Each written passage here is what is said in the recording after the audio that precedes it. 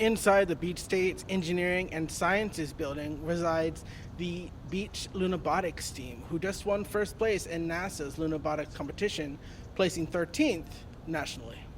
While many of us can go to the theaters and see the film ourselves, Saudi Arabia and several other countries are prohibiting the showing of the movie due to the LGBTQ romance involved. I'm here in front of Archibald's, a local Long Beach restaurant which is currently closed for the rest of the year. They have plans to reopen in spring of 2022 and are currently one of the many businesses affected by the unemployment rate. Whoa! Oh my god. The space industry is taking off. Actor William Shatner recently lifted off in Blue Origin's New Shepard rocket, and with the surge of people interested in traveling to space, Long Beach State is aiming to be at the center of it all. From 10 years ago, 20 years ago, being just a teaching institute, we are way past that level to become more like a research grade institute. Companies like SpaceX, Virgin Origin, and Rocket Lab are all located in the city of Long Beach, making it a hub for aerospace activity. And with all the programs available at Beach State, it's become the launching point for those interested in that industry. Many of our graduates have been working with the company. Some of them reached to the top level position, even as a president of Boeing, one of our alumni. The beach is currently working with the Aerospace Corp, a partnership that helps employ nearly 200 CSULB alumni to the College of Engineering, where programs prepare students to enter the space industry. Inside the Beach State's Engineering and Sciences building resides the Beach Lunabotics team, who just won first place in NASA's Lunabotics competition, placing 13th nationally. They look a lot for clubs like ours. I know we've had a couple people in our club go into the aerospace industry.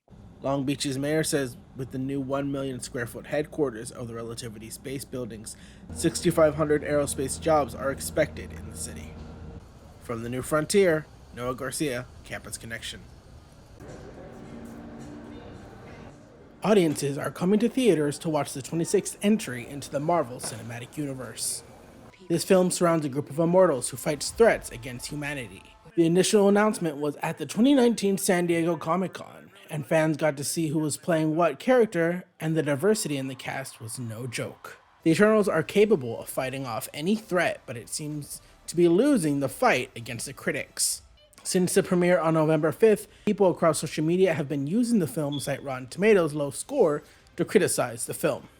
According to the site, they gave Eternals a score of 46%, but the audience review stands at 80%.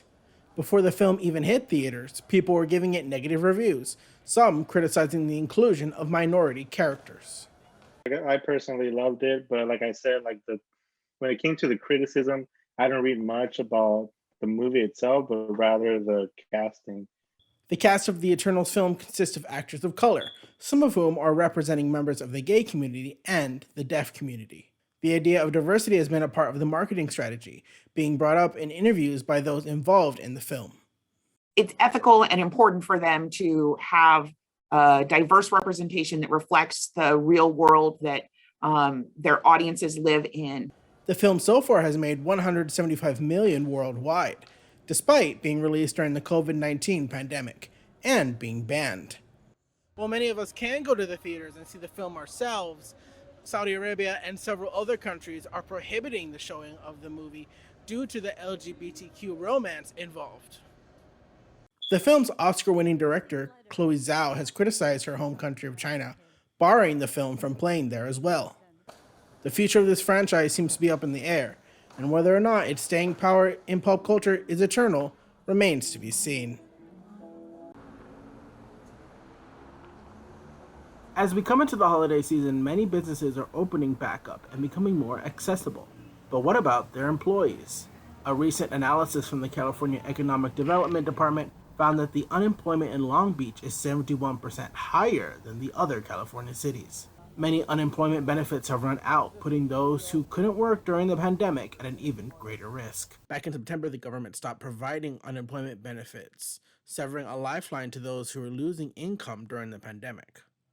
Many businesses in the area have been affected by this, some of them even deciding it'd be better to close down than to continue operating throughout the holiday season. I'm here in front of Archibald's, a local Long Beach restaurant which is currently closed for the rest of the year. They have plans to reopen in spring of 2022 and are currently one of the many businesses affected by the unemployment rate. Reports indicate that there are over 20,000 unemployed Long Beach residents. While there may be a wave of people ready to rejoin the workforce, some are hesitant due to the health and safety risks, as well as the many other complications that have come from the pandemic. As more and more people are getting vaccinated, we can only hope that the workforce begins to resemble what it used to be.